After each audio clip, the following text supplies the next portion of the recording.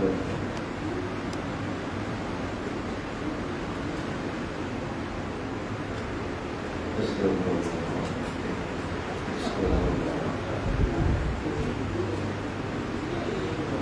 بالله من الشيطان الرجيم. بسم الله الرحمن الرحيم. السلام عليكم ورحمة الله وبركاته. إن الحمد لله والصلاة والسلام على رسول الله وعلى آله وصحبه ومن والاه. اللهم صل وسلم وبارك على سيدنا محمد فاتح لما أغلق والخاتم لما سبق والناصر الحق بالحق والهادي إلى صراطك المستقيم وعلى آله وصحبه حق قدره ومقداره العظيم. أما بعد.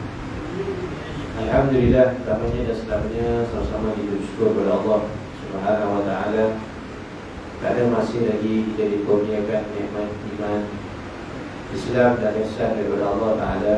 Bersama kita bersyukur kepada Allah masih lagi kita direzekikan oleh Allah Ta'ala untuk bersama-sama mengucapkan nikmat nyawa dan nafas. Kita bersyukur kepada Allah pada saat ini kita berada pada malam 26 Dhul Hijjah. InsyaAllah beberapa hari lagi kita akan masuk tahun baru. InsyaAllah kita doa mudah-mudahan Allah Subhanahu Wa Taala memanjangkan umur kita dengan panjang umur yang berkat dan taat pada Allah Subhanahu Wa Taala, insyaAllah. Tuan-tuan yang dimuliakan Allah Ta'ala, muslimin muslimat, anak-anak dikasihi, insyaAllah kita akan menyambung pengajian kita dalam kitab Adab Risalah Adab Usul Murid. Risalah seseorang yang ingin menuju pada Allah Subhanahu Wa Ta'ala, kerana Al-Imam Al-Habib Abdullah bin Alawi Al-Haddad rahimahullah, ataupun kita kenal sebagai Imamul Haddad rahimahullah ta'ala. Jadi sama-sama kita buka majlis dengan bacaan doa. Mudah-mudahan diberi kefahaman, kekuatan dan istiqamah dalam kita mengamalkan ilmu, insyaAllah. Bismillahirrahmanirrahim. Nawaitu ta'alluma wa ta'lim wa tadhakkura wa tadhkir wa naf'a wa al-ittifa' wa ifadata wa al-istifadah wa hatta ala tamassuki bi kitabillah wa sunnati rasulih wa du'a ila al-huda wa dalalata ala al-khair ibtigha wajhillah wa mardatihi wa qurbihi wa thawabihi. Allahumma amin. Allahumma rizqna hidayatan lis-shawab wa sidqan fil qawl wa ikhlasan fil niyyati wal a'mal.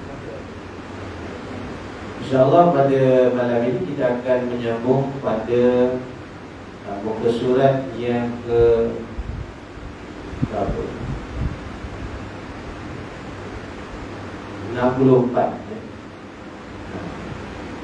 Surah yang ke-64, larangan meninggalkan salat Jumaat dan salat berjamaah. Pasal yang ke-8. Jadi tuan-tuan yang dimuliakan Allah Ta'ala, jalan yang diperkenalkan oleh Imam Al-Haddad ini merupakan jalan untuk kita menuju pada Allah Ta'ala dengan jalan memperkasakan perkara-perkara wajib. Kita ni dah solat dah solat jamaah dah solat Jumaat dah. Cuma dicantikkan, amalan tu diperkasakan, amalan tu dibuat dengan ada nilai-nilai ruh ataupun lauk rasa yang tinggi pada Allah Subhanahu Wa Taala. Ini sangat penting, ya. Jadi asas ataupun dasar dalam ilmu tasawuf itu adalah perukuhan kepada syariat yang Allah Ta'ala fardukan. Ya, rukun Islam yang kita amalkan selama itu dikukuhkan dengan ilmu dalamannya, iaitu ilmu tasawuf. Sebab ilmu inilah yang membersihkan jalan itu, jalan syariat. Kita solat, ya, tauhid membawa kita meluruskan akal menghadap Allah. Tasawuf membersihkan hati dari noda-noda yang selalu mengganggu, memberi lalai ke dalam hati. Itu fungsinya. Jadi mesti ada tiga-tiga itu untuk sekali kita menuju kepada Wahdar ayyuhal murid, ketahuilah wahai murid, ya, kullal hadari min tarkil jum'ati wal jamaah. Berhati-hatilah supaya kamu tidak meninggalkan Jumaat, salat Jumaat, wal jamaah, dan juga salat berjamaah. Orang yang mengaku nak menuju pada Allah mesti jaga salat Jumaat, salat berjamaah. Ya. Maksud salat Jumaat ni bukan salatnya je, sunnahnya, sunnah Jumaat tu, ya. Salat Jumaat tu wajib, termasuk sunnah Jumaat, iaitu menghidupkan malam Jumaat dan hari Jumaat. Sebab hari Jumaat ni kata ulama adalah hari akhirat buat kita. Dari hari Ahad, Isnin, Selasa, Sabtu, Ahad, Isnin, Selasa, Rabu, Khamis, itu dunia semua kita cari, ya. Dunia semuanya. Banyak lalai kita kepada Allah. Jadi hari Jumaat dikhususkan untuk malamnya, dan siangnya dikhususkan untuk kita memperbanyak amal sunnah. Sebab itu antara amalan-amalan yang disunatkan kita perbanyak di hari Jumaat iaitu berdoa. Kerana ada 12 waktu mustajab doa pada hari Jumaat. Ada berapa waktu? 12. Satunya bocor. Satunya Nabi dah bocorkan. Bila? Iaitu pada ketika khatib duduk di antara dua khutbah. Tapi saya ngorok Ustaz waktu itu. Itu yang malam itu tak sempat doa apa-apa, ya. Mujur bilannya doa, ya. Bilan ni ada orang doa.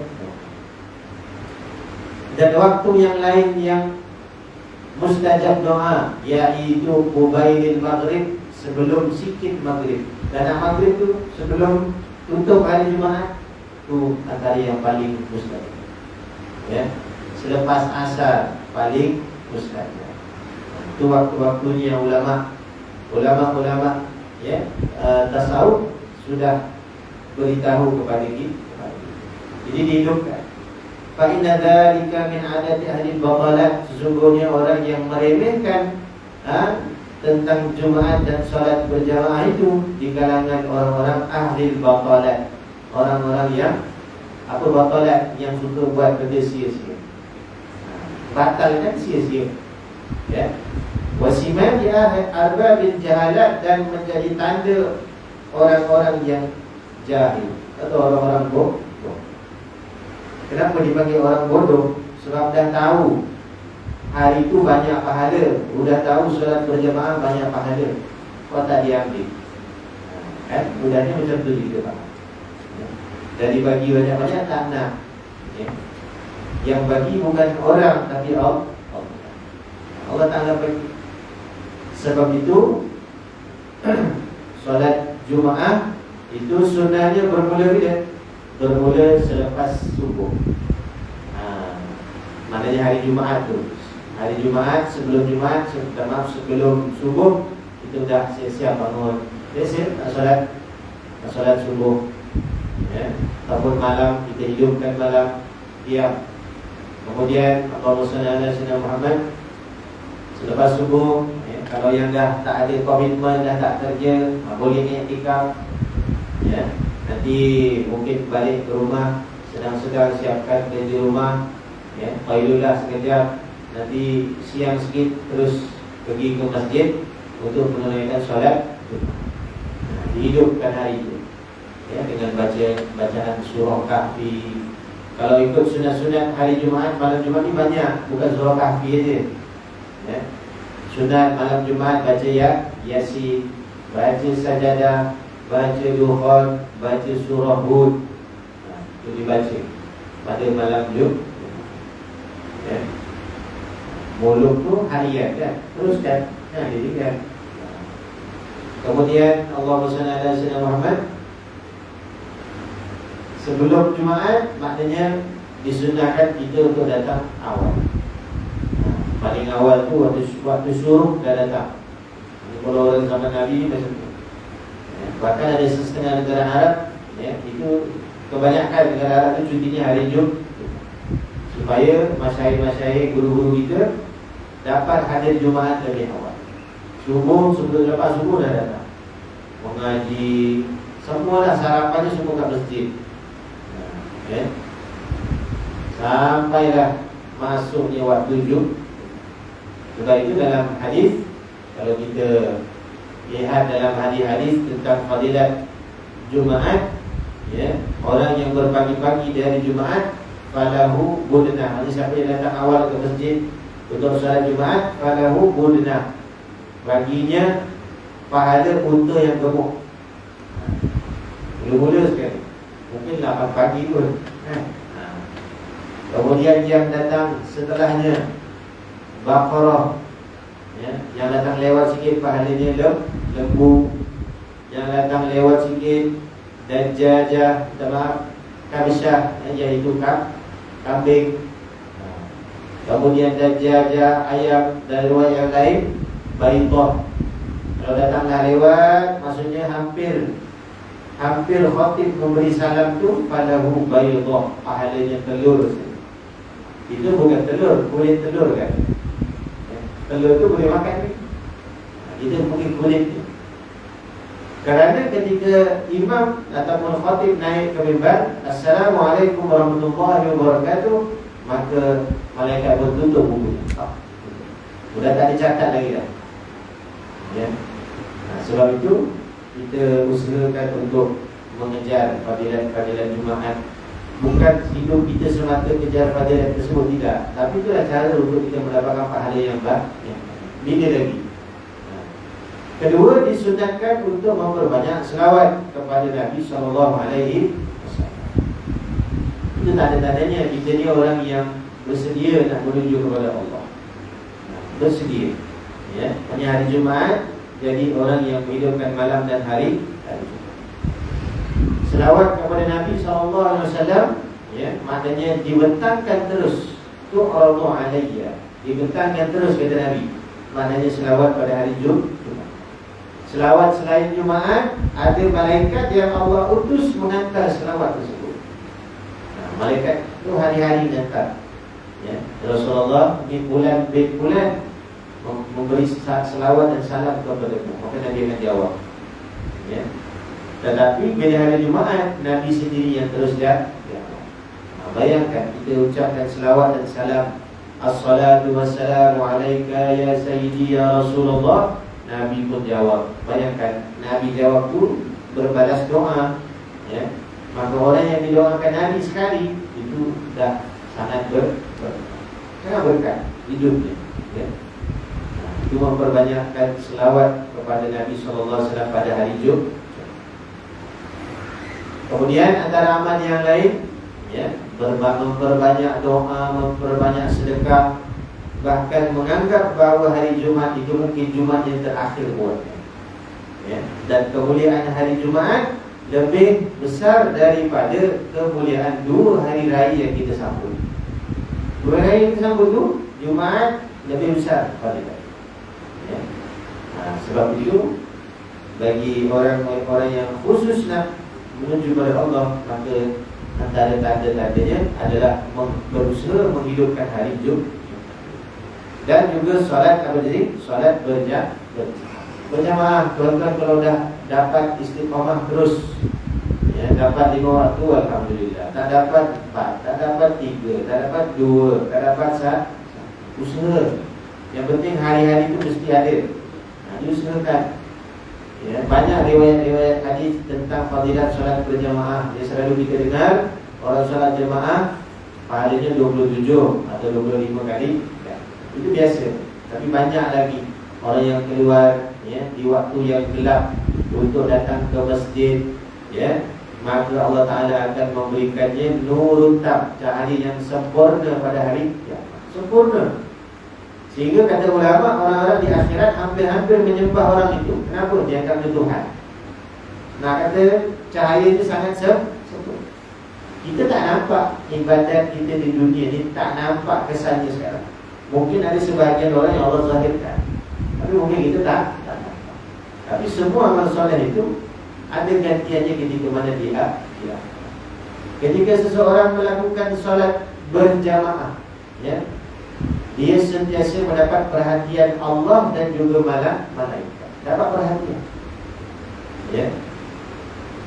Sehingga dalam riwayat hadis, Nanti baca dalam Fadhail Amal, Muntakhab hadis, bab solat Jumaat, bab solat berjemaah. Baca, ada hadis. Yang mana kalau orang itu tiba-tiba sakit atau uzur, dia tak datang solat berjamaah, maka malaikat yang di masjid itu akan ziarah dia. Itu tahamnya. Yang ziarah bukan kawan, tapi malaikat. Cari malaikat, pergi rumah dia, mana sebulan ke sebulan, hari ini dia tak datang masjid surah. Jadinya begitu sekali Allah Ta'ala memuliakan orang yang dapat salat berjamaah. Lebih-lebih lagi dapat istiqamah. Ya.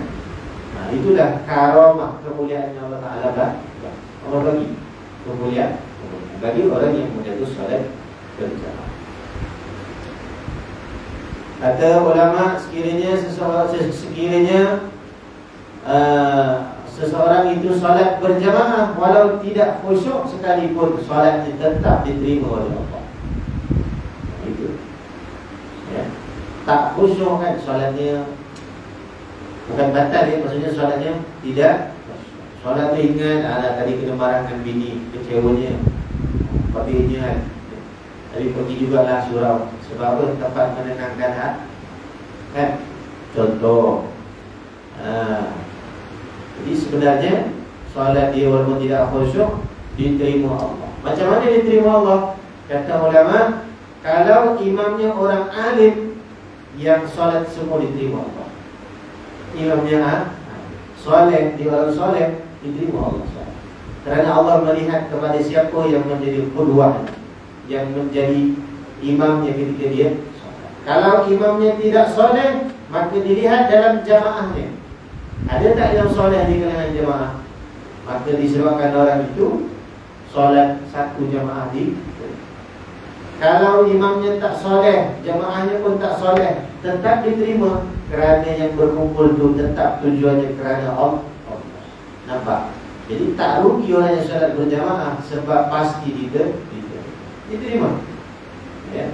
Itu kelebihan orang yang solat berjamaah. Dalam dua hadis yang lain, man shalla subha, siapa yang solat subuh jamaatan secara berjamaah, ya fahuwa fi zimmatillah, dia di dalam jagaan Allah daripada pagi sampai ke petang. Dan siapa yang solat isyak berjamaah, fahuwa fi zimmatillah, dia di dalam jagaan Allah. Jadi kalau kita solat subuh jamaah, isyak jamaah, ini orang ni dikawal oleh siapa? Allah. Jangan mengumpat-ngumpat dia, jangan main-main dengan dia, jangan dianiaya dia, sebab dia di dalam perhatian Allah. Hati-hati. Tapi dia musuh saya, taklah musuh kita ke siapa kan? Orangnya tetap dalam perhatian Allah. Wa hafiz ala rawatib, dan jagailah salat sunat rawatib, yakni qabliyah al-masru'at yang telah disyariatkan, yang qabla salat wa ba'da. Jadi dalam mazhab Syafi'i itu ada 12 salat sunat rawatib. Qabliyah subuh 2, qabliyah zuhur 2, ba'diyah zuhur 2, sudah 6. Qabliyah asar 2, sudah berapa? 8. Ba'diyah maghrib 2, 10. Ba'diyah isya 2, 12.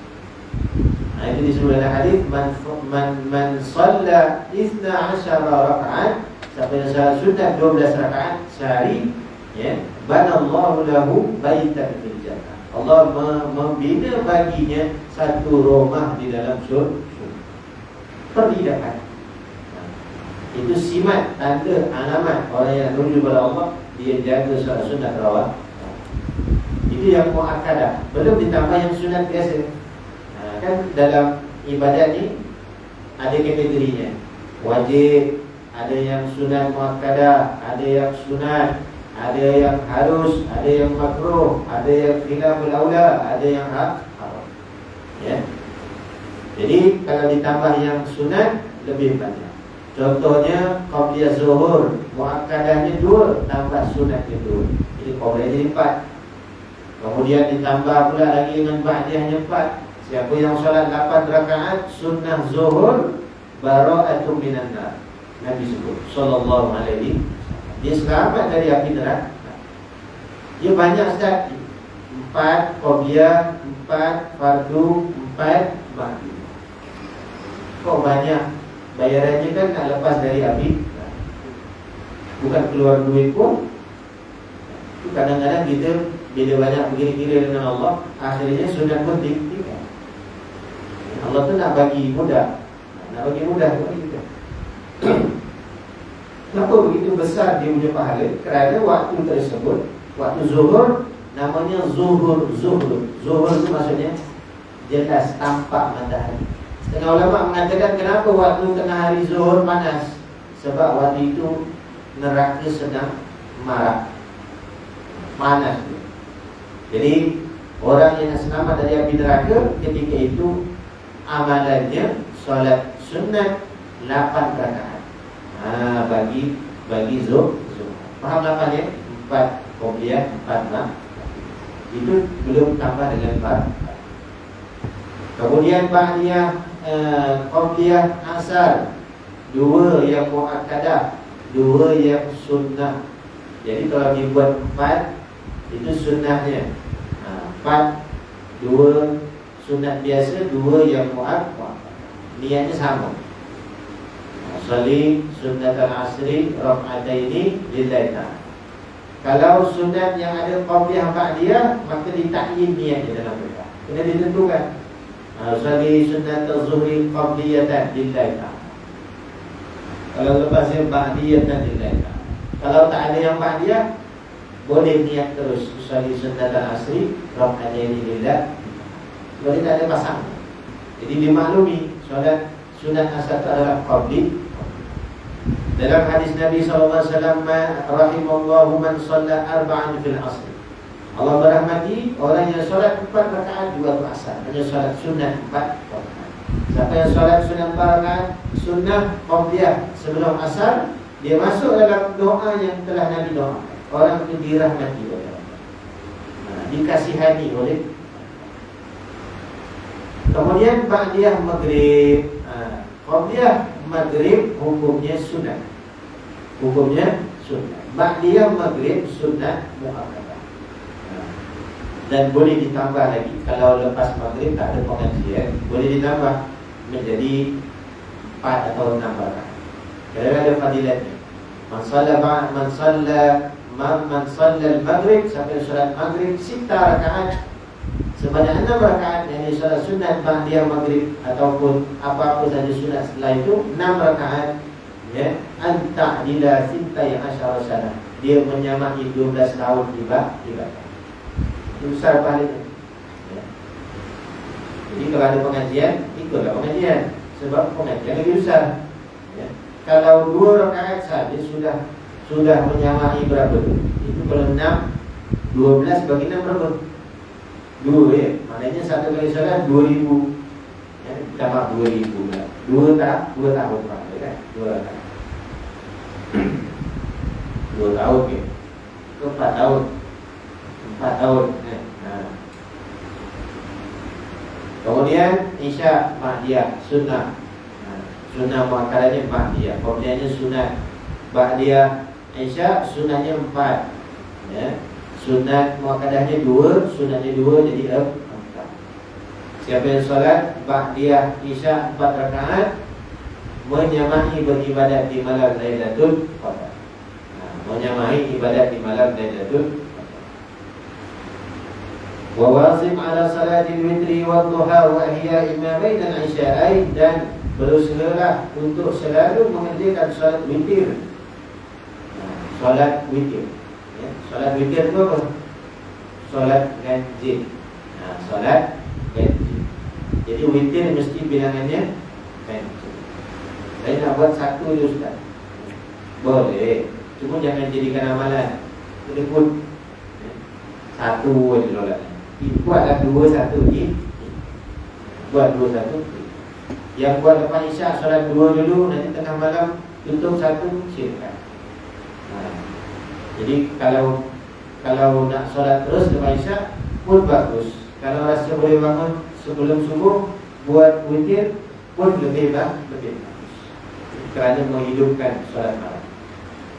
Wa ihya wa duha, dan juga menjaga solat duha. Solat duha ini penting, ya. Kenapa solat duha? Kenapa tuan-tuan solat duha? Dua tak tahu. Solat je Ustaz, ya? Kaya, ya? Kalau solat duha tak kaya, tak solat tak? Solat saja, ya. Solat duha itu sebagai zakat kepada sendi-sendi kita. Zakat kepada sendi. Maksimal solat duha 8 rakaat. Ini dilakukan oleh Nabi SAW. Jadi dalam hadis 40 Imam Nawawi itu ada hadisnya, iaitu Allah Ta'ala menjadikan kepada kita ini 360 sendi, ya, dan tiap-tiap sendi itu ada zakatnya. Ada cara menyucikannya, dan cara menyucikannya itu adalah dengan kadar solat sunat duha 2. Bila kita sucikan sendi-sendi kita di zakat, maka, ya, kenapa murah rezeki? Oh, kita jadi orang sihat. Bila orang sihat, boleh kerja cari duit.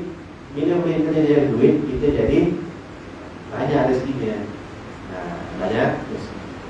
Kalau tak sihat, susah juga kan. Itu sendi itu zakatnya dengan solat duha. Dan solat sunat duha ini ada riwayat hadis orang yang melazimi solat duha, maka dia diampunkan dosanya. Maka tanda Allah mengampunkan dosa kita setiap hari, antaranya Allah beri kita istiqamah solat duha. Mana boleh ampun? Dia ampun apa saja kita minta dah. Nak minta kaya, nak minta anak, nak minta dan insya. Kita tengok ibadat-ibadat ni, ya, kalau orang tak biasa buat, dia penat.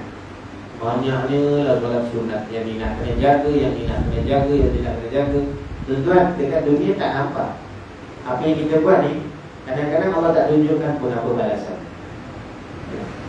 Lagi-lagi kalau kita dah belajar fadilatnya, boleh jadi Allah tak tunjuk. Sebab dah tahu apa dia tunjuk, ya. Tetapi Allah Ta'ala menjanjikan yang lebih baik daripada apa yang kita tahu.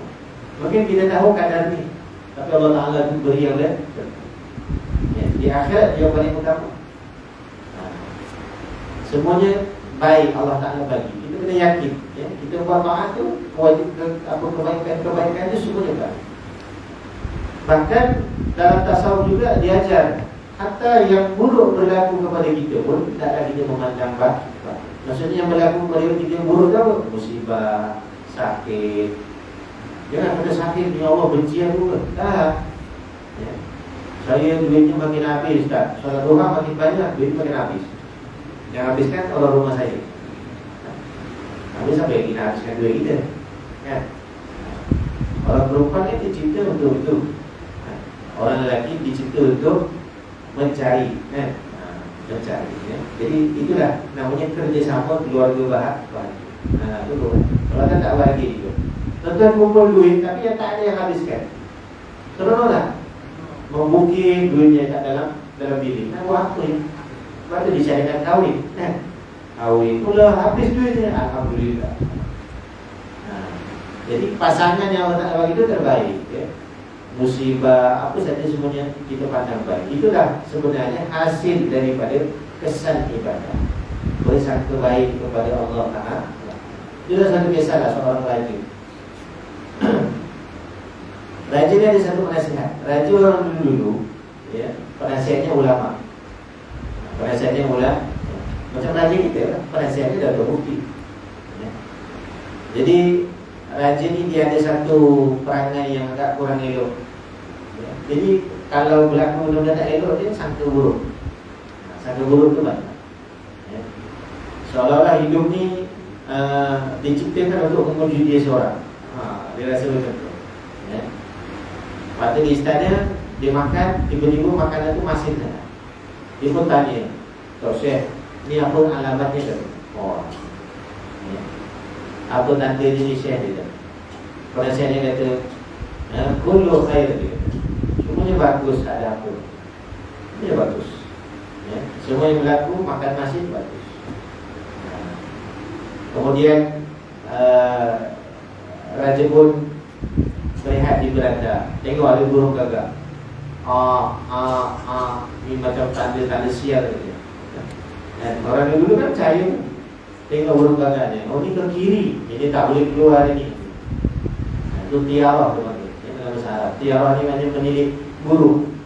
Kalau biawak melintas, jangan lalu jalan ni, nanti aksiden. Ada yang percaya tu macam tu. Ya. Kalau yang percaya sama lah dengan raja tu. Geng-geng dia. Jadi dia tengok bunyi gagak ni, tanya Syekh, apa ni maksudnya? Kata khair, kullu khair. Semuanya bagus, tak ada apa pun dia. Ya. Kemudian dia ada satu hobi, suka berburu, masuk hutan. Masuk hutan, ya. Masuk hutan, hari itu berburu, Syekh pun tak kena. Dia kata malang betul lah dia. Dia tanya Syekh, hari ini saya berburu, Syekh pun tak dapat. Apa petandanya? Syekh kata kullu khair, semuanya bagus. Tak ada apa. InsyaAllah khair kata dia. Semuanya bagus, tak ada apa. Ya. Raja ni pun dia kata, betul bukti aku ni, semuanya bagus je. Ya. Satu hari dia pergi berburu lagi. Ya. Disebabkan dia ni, yalah, walaupun orang yang suka berburu, ya, nak cuba alatan baru, dia pun cubalah. Mungkin pistol ke senapang ke tak tahu apa. Sekali dia tembak, pemicunya sangkut dekat jempol dia. Sangkut dekat apa? Jari ibunya. Putus jarinya. Dia kata, aduh, katanya, malam aja gitu. Ya. Kemudian penasihat ni ikut. Dia tanya, Syekh, ini apa tanda ni? Ini sampai putus jari saya ni. Ya. Syekh tu kata, kullu khair, semuanya bagus dia kata. Oh sudah. Apa bukti aku ni kata? Semuanya bagus saja. Ya. Kata-kata padahal bukti ni dah tak betul. Masukkan dalam penjara. Masukkan dalam penjara. Dia kata aku minta nasihat, dia cakapnya apa? Semuanya baik. InsyaAllah khair, semuanya bagus. Ya. Tak lama kemudian dia pergi berburu lagi. Kali ini puas hati lah. Sebab tahu bukti itu tak tahu saya tak. Dia pergi berburu. Tengah-tengah berburu, apa jadi? Dia tangkap dengan orang kanibal. Orang kanibal, orang yang makan orang tu, orang makan daging manusia. Orang asli, orang dalam bukan. Satu rombongan raja semua ditangkap. Kata ketua kanibal, hari ini kita kenduri. Kenduri ni ramai orang ni katanya. Ramai orang. Seorang-seorang dipotong dan dimasak. Raja ni jadi takut. Allah, kemana ni? Tok Syekh tak ada pula dalam penjara. Sampailah giliran raja tadi. Bila nak dimakan, orang ketua kanibal ni dia tengok raja ni. Dia tengok orang ni, ini kok jarinya tak ada katanya. Ya, dia bagi tahu dekat rakyat dia. Dia kata jangan makan orang ni, sebab menjadi orang yang ada kencing manis kata. Nanti kita yang berpenyakit. Ini raja tu seorang yang Islam. Raja tu tengok jarinya tak ada, dia kata kullu khair, kullu khair. Ini bagus ni, tak ada pun bagus. Balik, ya, balik di istana, jumpa dengan apa? Mufti dia dalam penjara, dilepaskan. Baru dia tahu, ya, jari dia tak ada tu pun ada hikmah. Hikmahnya apa? Tak dimakan. Kalau dimakan, mati terus. Ya. Jadi macam tu dalam hidup kita pun macam tu. Kadang-kadang kita nampak kurang, ya, tak cukup. Semua tu yang terbaik Allah Ta'ala. Baik semua, tak ada yang tak baik. Untuk jadi orang Islam, semuanya bagus. Baik.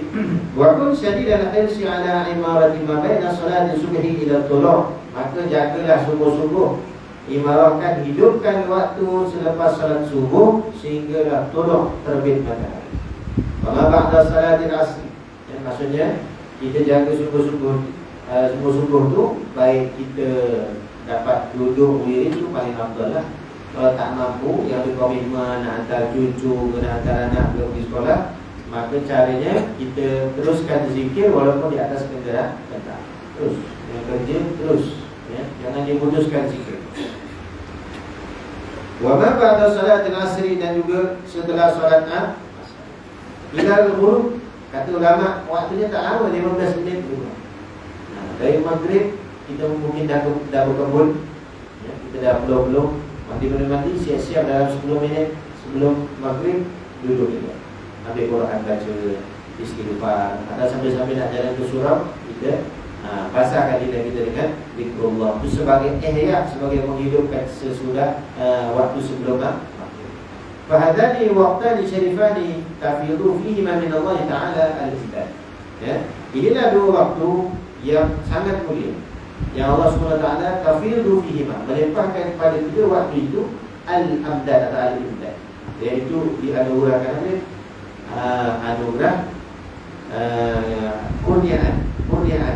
kurniaan kerohanian oleh Allah Taala. Alal mutawajjihina ilaihi min ibad, ya, kepada hamba-hamba yang mutawajjih, orang-orang yang bersungguh-sungguh bertawajuh di kalangan hamba Allah.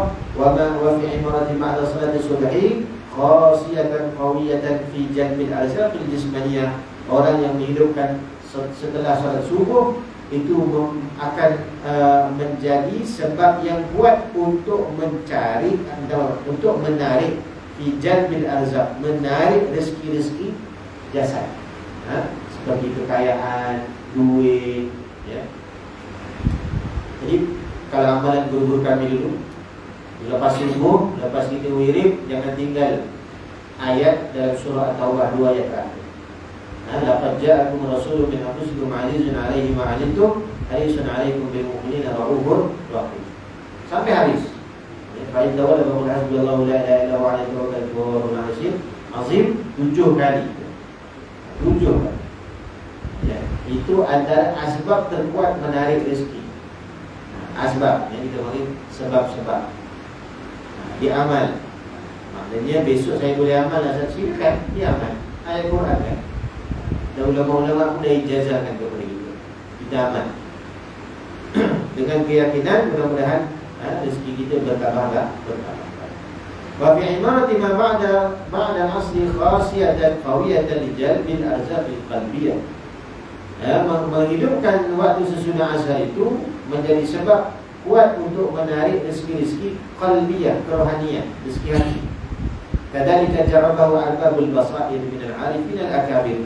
Begitulah yang telah dicoba. Jarabah itu maknanya kalau bahasa modennya dah dibuat eksperimen. Dah dibuat eksperimen oleh ahli basair, iaitu ahli-ahli, orang-orang yang mempunyai basirah di kalangan orang-orang arif, orang-orang para awliya Allah al-akabir yang besar-besar. Wa fil hadis, dan dalam hadis Nabi sallallahu alaihi wasallam, innal ladzi yaqudu fi musallahu, orang yang duduk setelah salat subuh fi musallahu, di tempat salatnya, yadhkurullaha ba'da salati subhi, berzikir kepada Allah setelah salat subuh, asra'u fi tahsil rizqi, itu lebih cepat menghasilkan rezeki min alladzi yadribu fil afaq, berbanding dia keluar pergi mencari rezeki. Rezeki yang datang kepada dia. Rezeki yang datang. Sebab itu tuan-tuan, rezeki kita kena beza, ya. Rezeki ni memang Allah Ta'ala dah jamin. Kita ibadat itu tidak menjamin rezeki. Ibadat kita itu tidak menjamin rezeki, tetapi menjamin berkahnya rezeki. Beza kedua, ibadat tidak menjamin rezeki, tapi menjamin berkahnya rezeki. Ya. Kenapa? Sebab rezeki memang ketetapan Allah. Dah ditulis, si bulan ni rezekinya ini, hari ni si bulan rezekinya ni, si bulan rezekinya ni. Ya. Kenapa ibadat tidak menjamin rezeki? Kalau macam tu, orang yang paling banyak ibadat, paling banyak rezeki, betul tak? Itu yang Cina kafir itu, tak sembahyang pun nyembah Allah, banyak tak rezekinya? Orang Allah tetapkan macam tu. Jadi ibadat itu menjamin berkah rezeki. Itu kita faham betul-betul.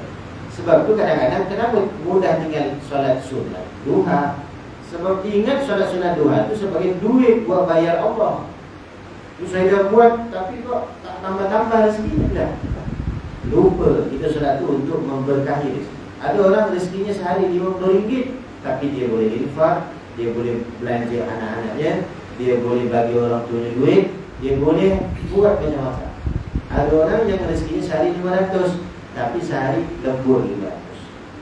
Beza kan? Berkat itu satu yang sangat besar. Tak usah.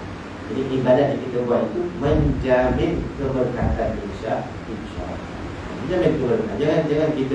Jangan kita tinggalkan ibadat sebab Allah tak bagi rezeki. Jangan. Ya. Tapi beribadatlah kerana ada jaminan pada keberkahan rezeki. Allah akan berkati. Mungkin rezeki kita sikit, tapi disebabkan ibadat rezeki kita itu berkembang menjadi bertambah. Wallahu ta'ala.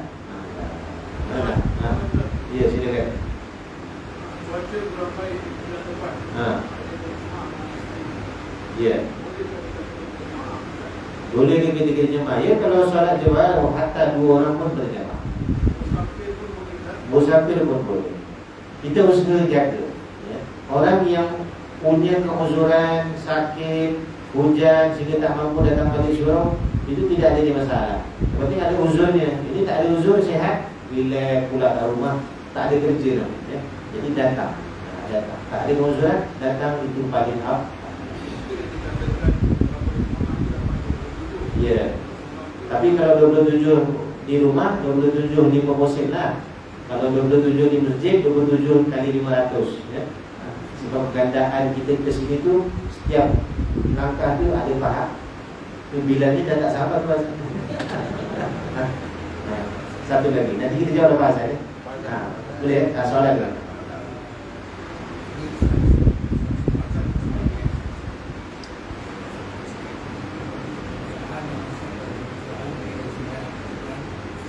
Isra' baik-baik. Terima kasih. Cik. Nanti kita terangkan insya-Allah. Wassalamualaikum warahmatullahi wabarakatuh.